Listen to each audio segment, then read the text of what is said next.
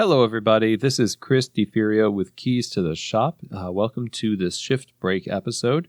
Happy to have you along today to talk about standard operating procedures, a really important topic and one that you're definitely going to want to listen to and absorb and put into practice in your cafe. Today's episode is brought to you by Square Payroll, the easy way to pay your team. Now, if you manage cafes, as I have, you know that even when things are extremely busy in the shop and you're pulled in all directions and things are always going on and you're always on the move, the paperwork and the administrative work remains there and needs to get done for things to function properly. And having tools to help streamline your work is absolutely critical, life-saving, actually. And that's why I'm pleased to announce the new Square Payroll app. The Square Payroll app can do anything you can do on a desktop, from setting up an account to paying your team. It's fully integrated with Square for payments, time cards, even tips. And Square can even take care of your tax withholdings, payments, and filings automatically at no extra cost. And best of all, they have flexible and transparent pricing that scales with your business. Now, it's just $29 per month plus $5 per employee per month. So all you have to do is search Square Payroll in the Apple, iTunes, or Google Play app stores to download the app. Or you can visit square.com/go/keys, as in keys to the shop. So go and download this app and see how it can really help you in the process of taking care of payroll in your cafe. And my thanks to Square for their support of Keys to the Shop. All right, so today we're talking about SOPs, standard operating procedures.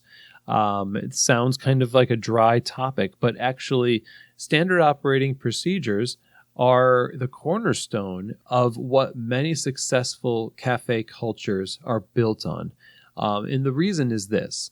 We all know the importance of communication. This is one of the main forms of communication in the shop that gets overlooked often, or I think we declare victory too soon and then let things just ride for a long, long time. Standard operating procedures are telling you in detail how to do a particular job. And I would encourage people to create standard operating procedures for large and small things. Whatever you think people might need guidance on, chances are it's more than you think, honestly. From sweeping to redeeming gift cards to pulling shots of espresso. Usually we hit how to pull a shot of espresso. There's a step-by-step way to do that. That's a standard operating procedure, a step-by-step guide of what start, middle, end, and complete looks like for a job. One of my favorite SOPs is how to do dishes, because we all have different ways we think dishes are done.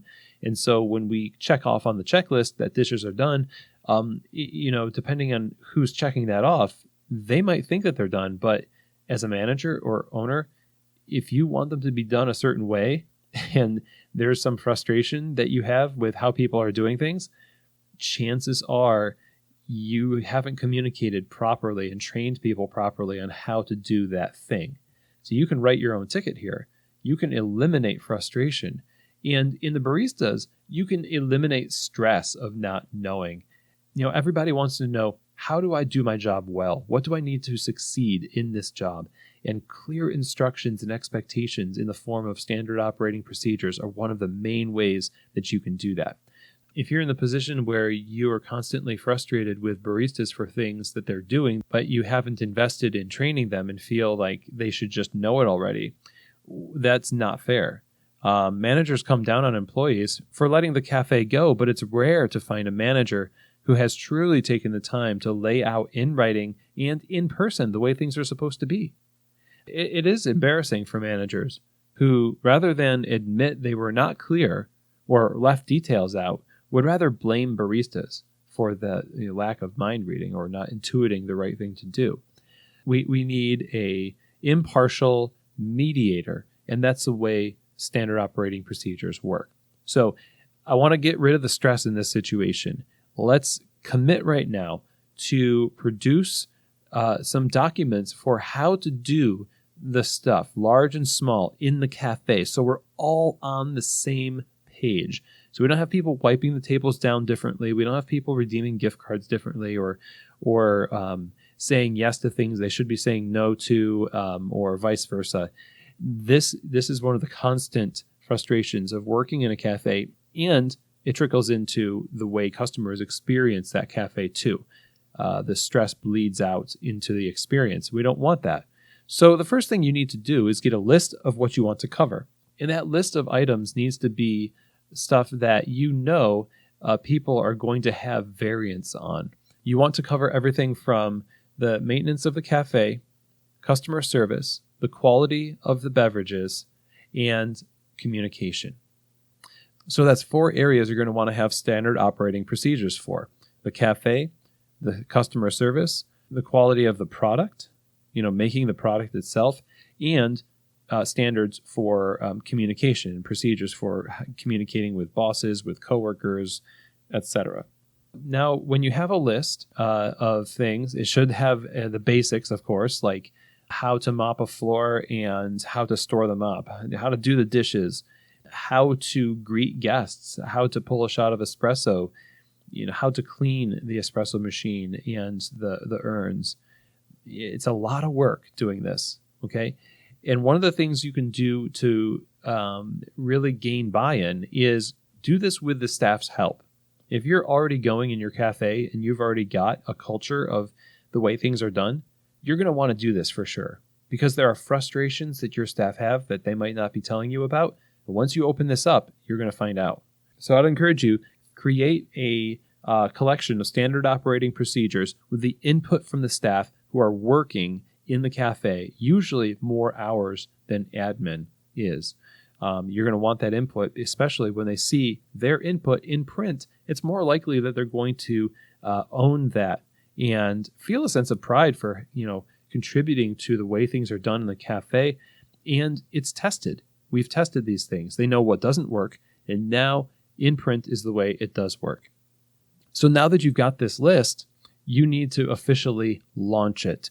And what I mean by launching is make an announcement that we are going to start using this binder, this folder of information and how to do things, or even if it's just one new SOP, you still need to launch it and let people know this is the day on which, from here on out, we are responsible for doing things according to this sheet. Purge all other sheets that have conflicting information. Very, very important. And then you need to hold people accountable for following those standards, including yourself. That means correcting people where you need to correct them, but also giving them grace because it might be a new procedure. Eventually, everybody will be on the same page, but it needs monitoring from management. So hold people accountable after you launch it and measure the progress of the team. And get to the point where you can be confident that everybody is doing it the same way because you've actually laid eyes on the work of every team member and how they do the dishes. It's not really great to just hear from other people about this person's not doing it right. If you've launched this, you've committed to actually following through with the individuals responsible for it.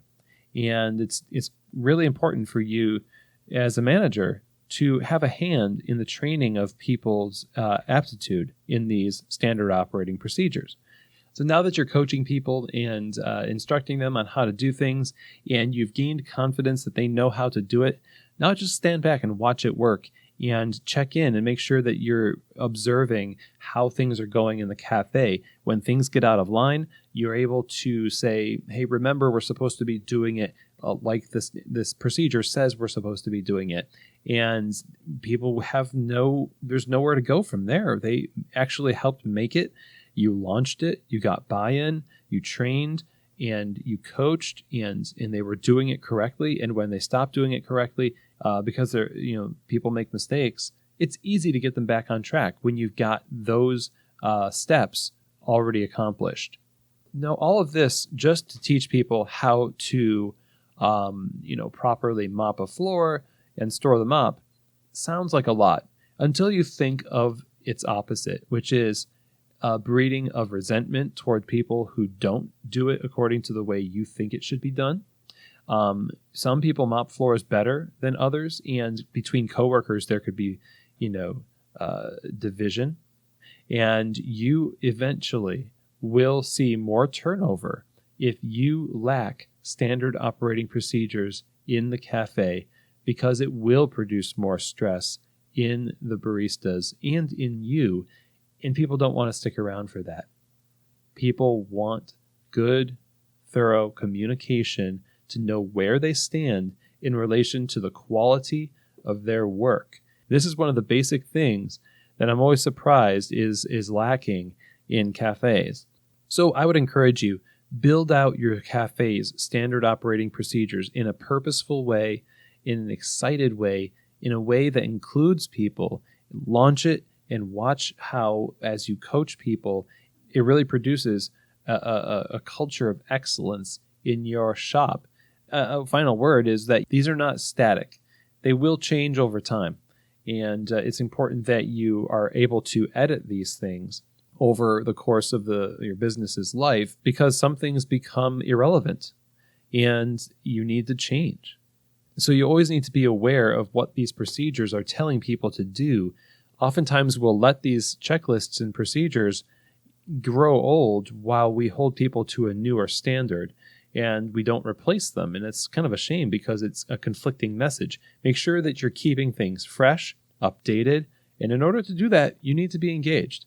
And ultimately, that's what's going to provide a lot of rewarding experiences for baristas and for management too. So I hope you enjoyed this episode on SOPs. I have another longer episode on SOPs for the win. It's episode 57. I highly encourage you to check that out. Also, episode 7, 4 keys to an effective checklist, would be worth looking at as well. So standard operating procedures, creating a great structure for operations in the cafe. It's one of the things that I offer my clients at Keys to the Shop Consulting. If you want to work with me to help you develop systems and shore up operations in your cafe, services range from barista training, quality control, operational assessment, even over-the-phone consultations. Simply email me, chris@keystotheshop.com, and let's have a conversation. So thanks again for taking time to listen. I hope that you have an amazing rest of your day, and I'll see you here next week for another edition of Shift Break from Keys to the Shop.